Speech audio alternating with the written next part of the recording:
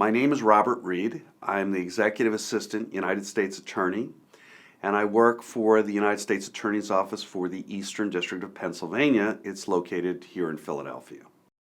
Well, the history is that about 6 years ago, I saw an article.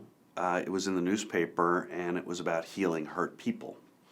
And I then called Dr. John Rich, and I met with him and Ted Corbin at Drexel, and they gave us a brief presentation. And I started really thinking about this a lot. They sent me materials. I started reading up on it. And then I went to other trainings.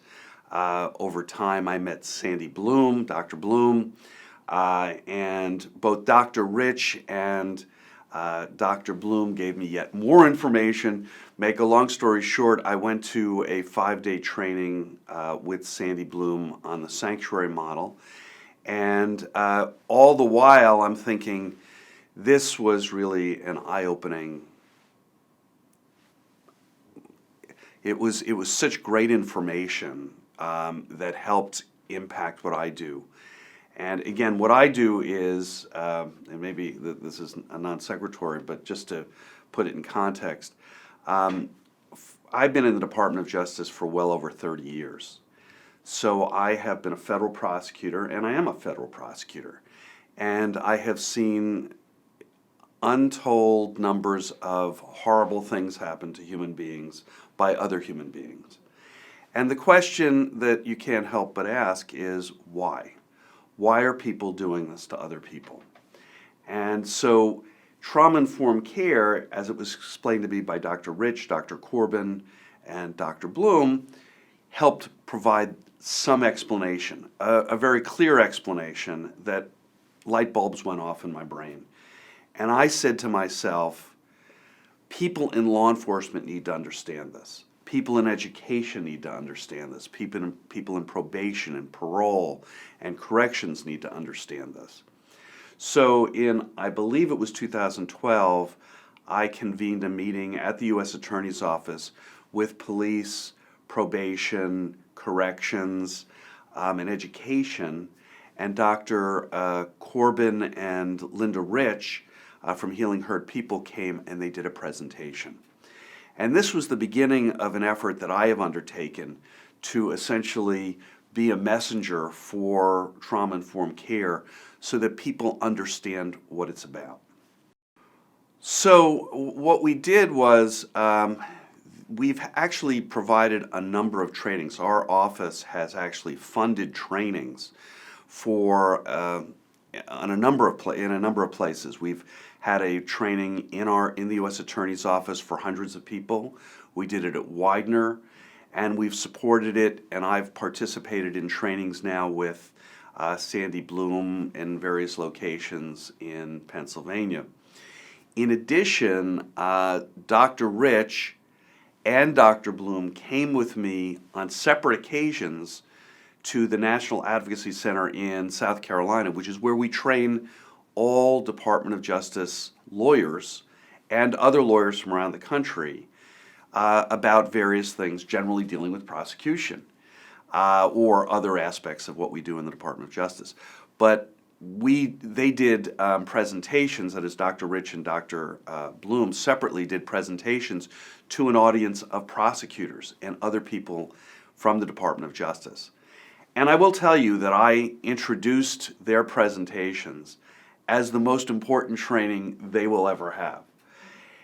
In addition, Dr. Bloom and I made a video, and it was an opportunity to introduce the subject and make a record of it.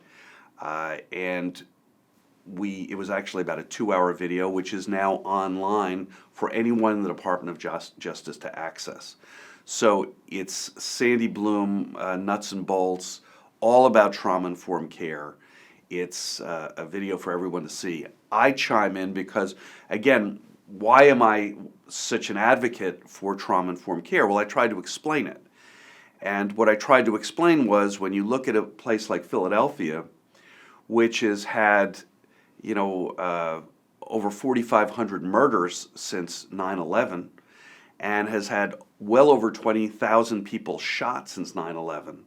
And that doesn't include the number of suicides and other, assaults that we see all the time. I felt it was incumbent upon people in law enforcement to understand what trauma is, what is the long-term impact of trauma, what is the neurological impact of trauma, and what can we do to reverse trauma. In addition, what we've done is we've begun training Philadelphia police officers. So working with the Healing Hurt People folks and Dr. Joel Fine, Dr. Stephen Berkowitz, we have started a pilot program to train Philadelphia police officers about trauma. And because, again, it just makes so much sense to me that if you're exposed to trauma, whether you are living in the community or you are serving the people in the community, you are going to be exposed to things that could traumatize you. And in fact, we're finding that a lot of the police have suffered severe amounts of, let's say, stress that includes, for some people, trauma, their PTSD. So the whole idea of hyperarousal, it's no different for a police officer. I shouldn't say it's no different, but it's consistent with what soldiers in war experience. So we've begun that process. And at the same time, we're doing a whole project, and this has never been done before, as funded by the Department of Justice. We received a grant to provide trauma-informed care training to folks within Philadelphia, specifically the Strawberry Mansion community. And Dr. Bloom is involved in that. It's been a phenomenally educational experience for me and for everyone involved, because what we're doing is we're taking a group of people who have lived in a totally underserved community that is very poor, has suffered vast amounts of violence and really neglect over generations. And here we are, we're marching in and saying we want to help. So, as you can imagine, there's been some tension just in the process. But we are in the process of we're trying to implement the sanctuary model of trauma-informed care. Sandy Bloom is the one who's leading it. And it's been again, a phenomenally educational experience. And we are now starting to build it out to a larger part of the community. My goal in all of this is to not only educate this community, but also at the same time educate the police so that we're essentially sensitizing them to what they have both been through, both groups, and to bring them together as one. To me, this is the ultimate of community policing. This is bringing the police and the community together so there's a shared understanding of what's really going on. So it's not as if, well, everyone who lives across this street is a bad person. It's what happened. And also what's happened to the police in their experiences dealing with the violence that's going on in that community. So this has been an extraordinary, as I say, process on both sides, and we're really in the midst of it. It's not done, we don't have studies about it, but we're in the process of understanding it and moving forward. We had some advocates in the police department, in the Philadelphia Police Department, people who really got it. And so there has not been any resistance. As a matter of fact, I think on some level it's welcomed. Because again, if you step back and you start looking at the big picture of what's going on in Philadelphia, or recently in Chicago where there were 51 murders, I think, over the weekend, you look at these large cities where the same things are happening over and over and over again, you have to start asking the questions, what can we really do other than locking people up to make things better? And so I think that fortunately the leadership in the police department in Philadelphia has been progressive, has been looking at evidence-based solutions, has been looking at trying to find out, thinking outside the box, is what I would say. So there's been no problem at all with the Philadelphia Police Department. As a old, white federal prosecutor walking into an almost 100% African-American impoverished community that feels that that government has not been there for them, I would have to say there's a level of skepticism. And that's maybe putting it mildly. But I think that part of this is coming back. It's showing up. It's being there and saying, and bringing in other professionals. Over time, I think that people have warmed up to the idea that this is something that can help. I've worked in Strawberry Mansion. This is my 4th year working on different programs, not just on trauma-informed care, but working in the schools, working providing resources to really support this community. So I think that people now understand that this is a genuine effort, not just by me, because I'm just a representative, but from the larger organization. And we've actually, as a result of what we've done, we've met with other leaders in the community. This has now become known to the larger Department of Justice community. We've had the Attorney General's Advisory Committee briefed on all of this. That is, they are the people who actually advise the Attorney General of the United States. We've brought high officials from the department to Strawberry Mansion to explain what we're doing. So I think that this is something that is consistent with really many of the president's goals and plans. And I think that as the people in the community understand that we're trying to be pioneers, I think they are more and more excited about the process. In 2012, I was asked by the managing director's office, by members of the managing director's office, to come to Strawberry Mansion because the school district had decided that they were going to close down 2 other neighborhood schools, Fitzsimons and Rhodes, and that the students from those 2 schools were going to be integrated into or consolidated with Strawberry Mansion. The concern was that these were not traditional rivals like Ohio State and Michigan. These were more historically not so friendly rivals. And so they were concerned that there could be violence. So they wanted to see if my office could assist in providing some violence prevention efforts and programs in the school, because we were doing it in other schools around the city, in Martin Luther King and Germantown and Kensington, and so we agreed to do that. And we teamed up with the principal, and who is phenomenal, and we started a series of programs. We brought youth courts into the school, and we brought, excuse me, we helped get them a football team, their first football team in 50 years. We worked on that. We brought other programming in to do film programs, to get kids to talk about their own experiences. That program was called Voices of Youth.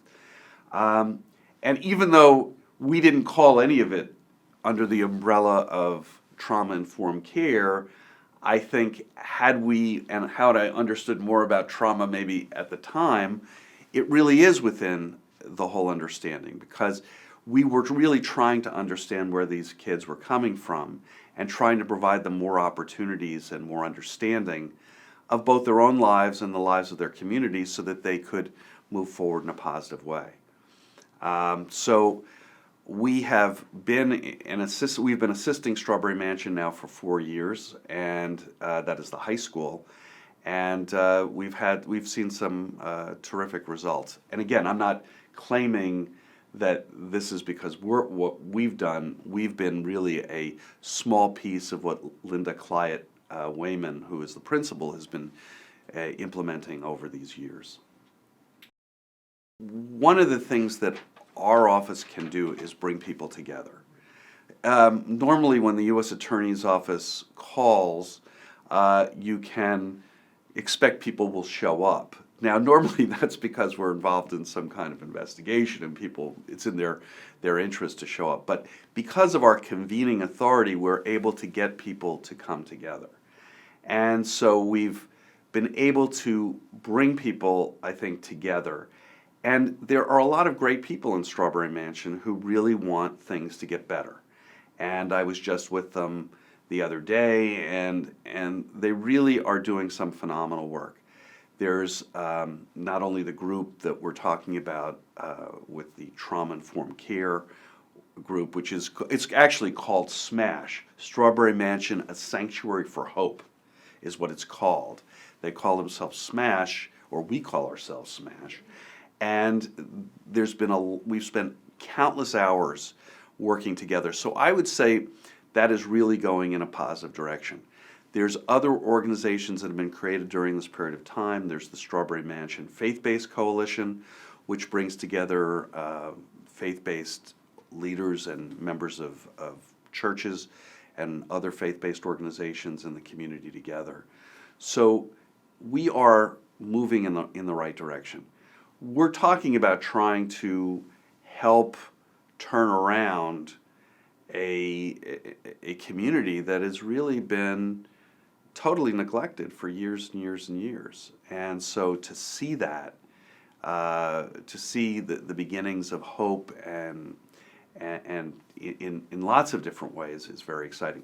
I mean, just one example, I was just there, we helped an organization called the East Park Revitalization Authority create a community garden right across from the school.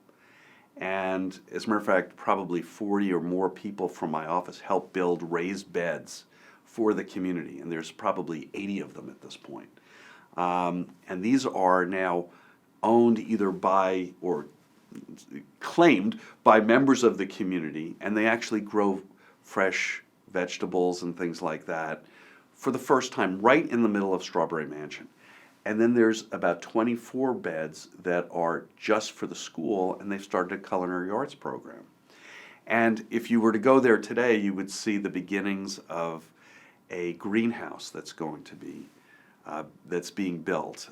So there's going to be this ability to grow fruit and vegetables throughout the year, which is a phenomenal change just in that area. So, as I say, there's lots of pieces that I'm seeing where I think there is more hope. I think that the violence is down somewhat. I haven't seen last year's figures, but the bottom line is that unlike other places around the country, certainly crime has not gone up, and that's a good thing. And I think a lot of people are taking advantage of some of the programs that we've helped provide. We're going to be coming out with a film. It's about 16 Strawberry Mansion high school students. And again, if the director of this, Aaron Christopher, has gotten to know Sandy Bloom, and it was, I would have to say, influenced, if not informed, because he is so interested in this subject. So in so many different areas, we have been influenced by the whole world of trauma-informed care and the teachings of people like Dr. Rich, Dr. Corbin, Dr. Bloom, that our perception and our work has changed, and we're trying to bring that to the community. Number one, it's work. It is I would say it's a fundamentally different way of thinking about your job. If you see yourself as a prosecutor, and again, if you have 100 people in the office, 100 lawyers, I understand that your primary mission is to enforce the laws. And that means going to court and doing what you need to do to make sure that people who violate federal law are appropriately tried and sentenced according to law. But that's not to say that there's not a role for violence prevention and prisoner reentry efforts. And we are heavily involved in both, but you have to allocate the resources to do that. It just doesn't happen. You have to have a leader, and we have it in our office. Zane Meminger is the United States Attorney, and he has provided us with the ability to do the work. I am a fairly high person in the bureaucratic structure or the organizational structure of the U.S. Attorney's Office, but he has given me the opportunity to do all of this work. There's not many offices in the country where this happens. I'm not sure there's any other office where this happens. So you have to first provide the opportunity by giving people like myself and others the time and the resources to go out and work with the community. But if you don't understand trauma-informed care, then it's nice to meet with the community, but we're actually bringing a tool to work with the community. We've then sought and obtained resources and funding for programming, both for the community and for the police. And so we're working and the reality is we're bridging the divide between the medical science, psychological, neurological science, and law enforcement. And we're bringing that together because we should be working on this together. This is a public health issue, and we need to be working on it together. So again, there has to be a commitment that there are alternatives to just 100% prosecution and then sentencing. There are ways to, and we've started lots of programs to try to prevent people from getting into the system. There has to be a commitment that things have to change in a fairly fundamental way. We need to have schools that are funded appropriately so that kids really do have a chance. But within those schools, we have to recognize that a lot of these kids have suffered based on their lives, their families' lives, their communities' lives. So it seems to me that there has to be a mental health element in a school. And we need more social workers and psychologists and people to assist students in understanding where they've been, where they are, and where they can go. Just hoping that somehow the American dream is going to just fall down and bop people on the head and all of a sudden they're going to be a great success. I don't think that's real. And so we have to, again, invest in kids by providing the best possible schools. I think we need to have really good pre-kindergarten education. We're trying to get that for the Strawberry Mansion community, but you need to have support for teenage mothers who have had children. Not that we're encouraging teenage pregnancy, but the bottom line is once there's a child, that child has to live as well as they can live. At the same time, we want that teenage mom to do the best she can do. So the bottom line is there has to be a rethinking that we have gone through maybe 50 years of, and maybe a lot more, 50 years at least, of this where we've created an environment, and we're all responsible, in which there has been a neglect of really of the human beings who are living in our community. And so we need to change that. And that's going to require a huge, I believe, financial investment. Then on the other hand, with respect to police, I do think that over time, police need to be trained on trauma-informed care. They need to understand it. There has to be more of a recognition, and this isn't just for police. This is probation, this is corrections, this is lawyers, this is judges, this is everybody in the system needs to understand that, and ask the question, what happened? I am not, believe me, I am not excusing people when they commit acts of violence. But I do think that in terms of coming up with solutions and programs and efforts to help reduce the impact of what's going on or to stop it, we need to be constantly understanding, empathic about really what the reality is out there on the streets. So it's a really massive, to use the word revolution, rethinking, reformulation of our priorities to one that really is focused on public health and really focused on really a deep understanding that people can be wounded and are often wounded based on their exposure to violence, based on their exposure to poverty and abuse and things like that. And when it's all mixed in together, we need to, as a society, I think, step up and do a lot more than we ever have to help change that environment. If both the will and the funding and the resources are there to rededicate ourselves to providing opportunities for young people over a long period of time, let's say 10 years, it seems to me that people would actually be graduating at a far higher rate. They'd actually know the basics of reading and then writing, and so we wouldn't be having some of the concerns that people are dropping out in 10th grade because they're just so frustrated or embarrassed. They would actually be looking forward to pursuing, whether it's a further education or a technical career in whatever it is. I think that's a first step. But I think the relationship, I guess coming from the law enforcement world, I'm thinking the relationship between the police and the community would be transformed. Because rather than seeing the community as the enemy by the police, and rather than the community seeing the police as the enemy, we would hopefully return to a situation where we'd say the police are there to serve the community, the prosecutors are there to do what's right in terms of all the prosecutions, and I think, again, most people try to do that. But I'm trying to say, but given the context of this question of what could happen over time if there was more of an understanding of trauma and trauma-informed care and the impact of all of that, it does seem to me that we could really have a totally transformed environment in the cities.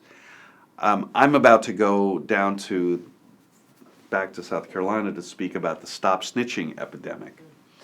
And that relates to all of this, because if the community doesn't trust the police and the police doesn't trust the community, and the community is really more concerned about their longevity, their lives, if they were to cooperate, well, then I guess I understand. Look, if I go to the police and I tell them, gee, Joey on the corner shot up a house, I'm probably not going to cooperate.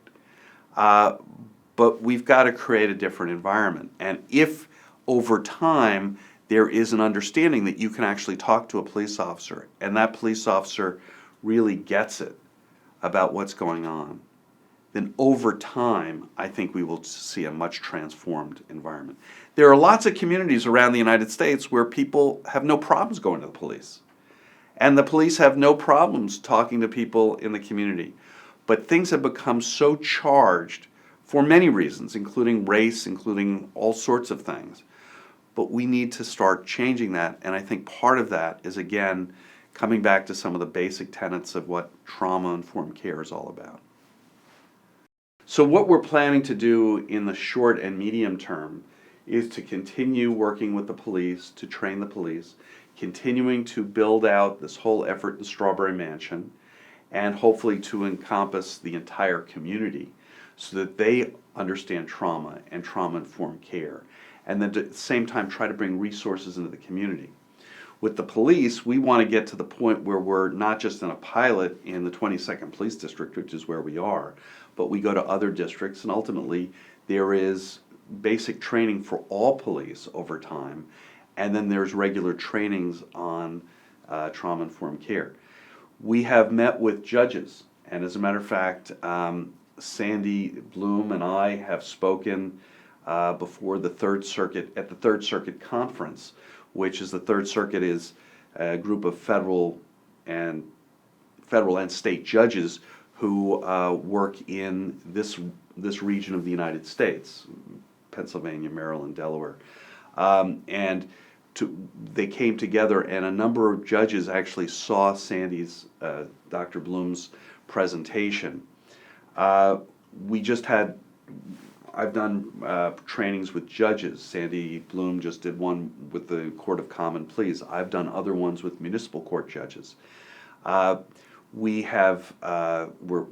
talking about now doing it for prison officials, correctional officers.